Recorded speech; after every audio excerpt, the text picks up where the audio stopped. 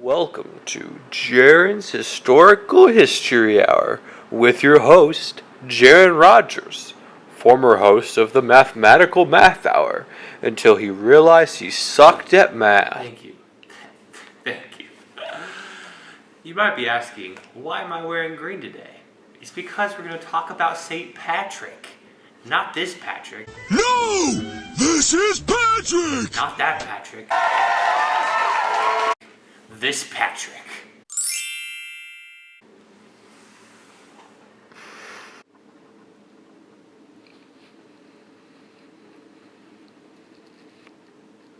The rubric said that this presentation needs to be both memorable and engaging. So we're going to begin by reading the first chapter of The Life and the Writings of the Historical St. Patrick by R.P.C. Hansen. He's a great author. Very good. Introduction. The historical background to St. Patrick's life. Patrick is one whom posterity has been both generous and unfair. Generous because... Let's look up St. Patrick in the dictionary.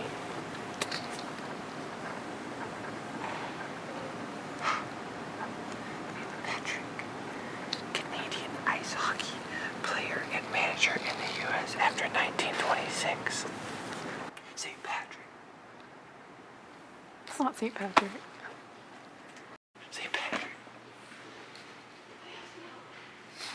It's not St. Patrick. St. Patrick. It's not St. Patrick. Looks just like St. Patrick. I'm not.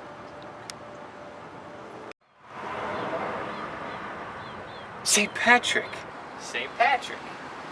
St. Patrick. St. Patrick. So who was St. Patrick? Well, I've done the equation. First and foremost, Patrick was a missionary to Ireland. But why Ireland, you ask? The reason that St. Patrick was a missionary to Ireland was because when he was 16, he was kidnapped by pirates. Irish pirates, to be exact. And they took him back to their home country to Ireland and enslaved him. Well, during this time, he actually grew closer to the Lord than he'd ever been before. Because before, he was just a pastor's kid, you know. Kind of just did whatever his parents did, like all pastors' kids. And, so he grew closer to the Lord. And then after 6 years of being enslaved by Irish pirates, he had a vision.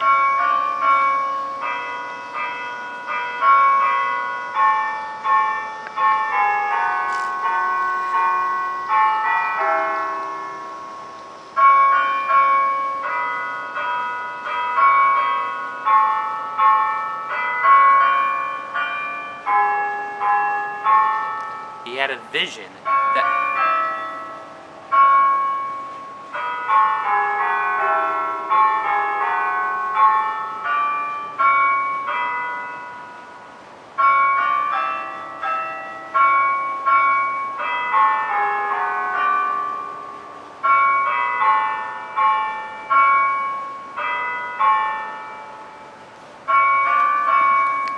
he eventually had a vision.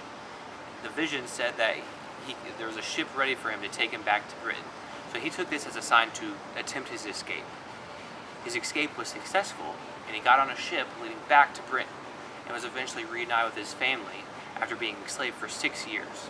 So that at this point, when he was reunited with his family, he was in his early 20s. So he decided to begin his studies once again, has a second vision.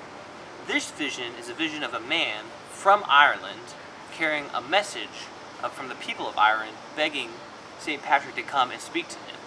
So he takes this as, of course, a message from God that he needs to be a missionary to Ireland, because he already knew the language and the culture because he had been there for the past 6 years. So it was perfect!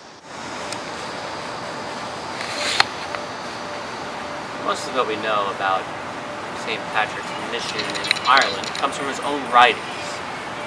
It seems like when he first got to Ireland, he wasn't quite accepted by the people, so he had to seek more friendly land farther up north. And we know this from his writing titled Declaration. In this writing, we also hear about him being taken to court by some fellow priests He's very vague about exactly why, but we can presume that it was some financial dispute. Possibly being sued because they thought that he was only being a missionary in Ireland so he could get the money out of it. In reality, we know this wasn't true because St. Patrick's a boss. Also from this document, we hear more about St. Patrick's mission in Ireland specifically. From this, we hear that he baptized thousands of people, he ordained priests to lead these Christian communities he was making. He converted wealthy women who eventually became nuns, even though their families opposed this. He also dealt with the sons of kings. This man was awesome. In his writing Confessio, we learn a little bit more about St. Patrick's missions in Ireland. It's kind of vague, only because the group of Christians he was writing to already knew about what he was doing over there, so there was no point in saying it all over again.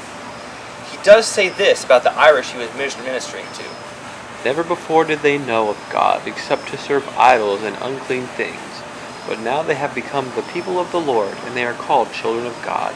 The sons and daughters of the leaders of the Irish are seen to be monks and virgins of Christ.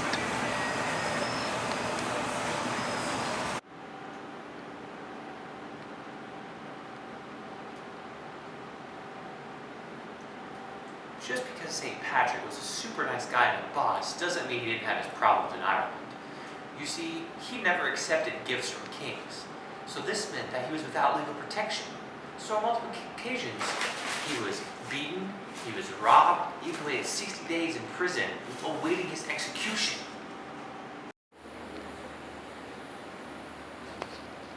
One of the worst moments in his ministry was when a group of his newly baptized converts were massacred and eventually captured by soldiers of a British king named Caroticus. Now, St. Patrick eventually wrote a letter to Caroticus about this incident, titled Letter to Caroticus. St. Patrick's work in Ireland was considered extremely successful. You see, he converted and baptized and brought to membership and ordained so many people. He also even encouraged some form of monastic lifestyle as well. You see, Patrick at one point said, "Once I set foot in Ireland as a bishop, I will never leave." And he never did. St. Patrick died in Ireland among his flock on March 17th, which is now St. Patrick's Day. To this day, we don't even know where he was buried, although the legend says somewhere in a place called Saul. Knocked over the trash can. Hello everybody and welcome to another segment of Truth or Legend. Let's get started. Today we're working on the life of St. Patrick. I'm going to give you a story that happened in St. Patrick's life, and you have to guess on whether it is hard fact or legend. Let's begin. Here we go. Starting with the three-leaf clover.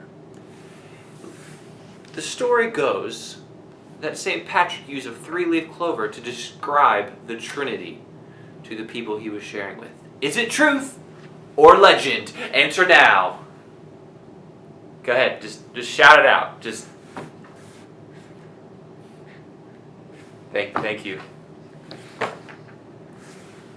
All right, I'll tell you the answer. It's a legend. Fact is, we don't really know. It's never in his writings, but it's in some other legends. So it's a legend. It's a legend. We'll move on. The next story is about St. Patrick driving out all the snakes out of Ireland. Is it truth or legend?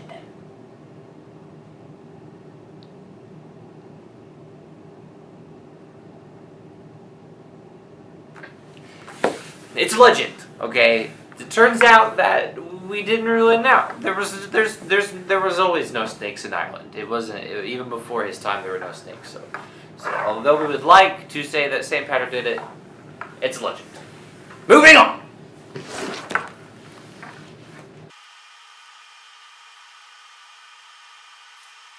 The next story goes like this. Every time St. Patrick would go to a place to evangelize, he would stick his ash walking stick into the ground. Now, when he would leave, he would then pick that walking stick back up and walk to his next destination. He came to a place that is now called Aspatria. Aspatria, which means Ash of Patrick. Careful. The story goes that when he stuck that thing in the ground, it took so long for the people to finally come to Christianity, but that by the time he had left and went to pick it back up, it had actually turned into an ash tree. Truth or legend?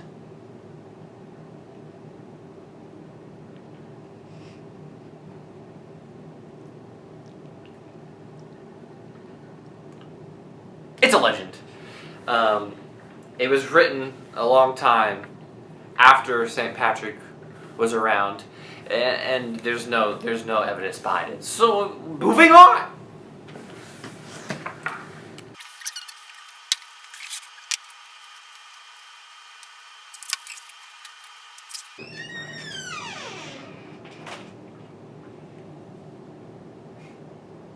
The next story goes like this. St. Patrick comes across two warriors from a war tribe called the Fianna. They were a very, very violent war tribe.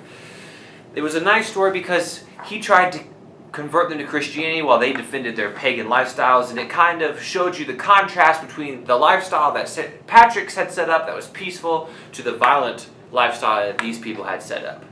It was great. But is it truth or legend? Legend! And all these are legend, Danny. You're fired. You're fired. You made all of these legend. Just kidding. You're not kidding, they're all legend. They are legend. They are all legend. Do you have a true statement? No.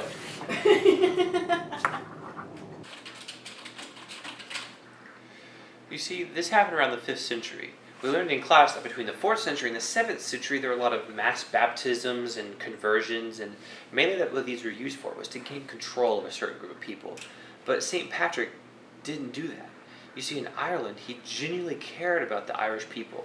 He wanted to see them converted for their own sake.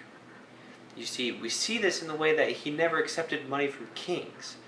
And he promoted the monastic lifestyle. He even, when he went and did work with the Irish people, he didn't call them to convert to change their way of life or their culture. He just wanted to see them come to Jesus. And I think that is why we can make the case that St. Patrick went against the paradigm of the time. He lived on the fringes. We just thought this was a really cool shot. We wanted to put it in the video. Yeah. It's pretty cool. L is for the way you look at me. O is for the only one I see. V is very, very extraordinary. Is even more.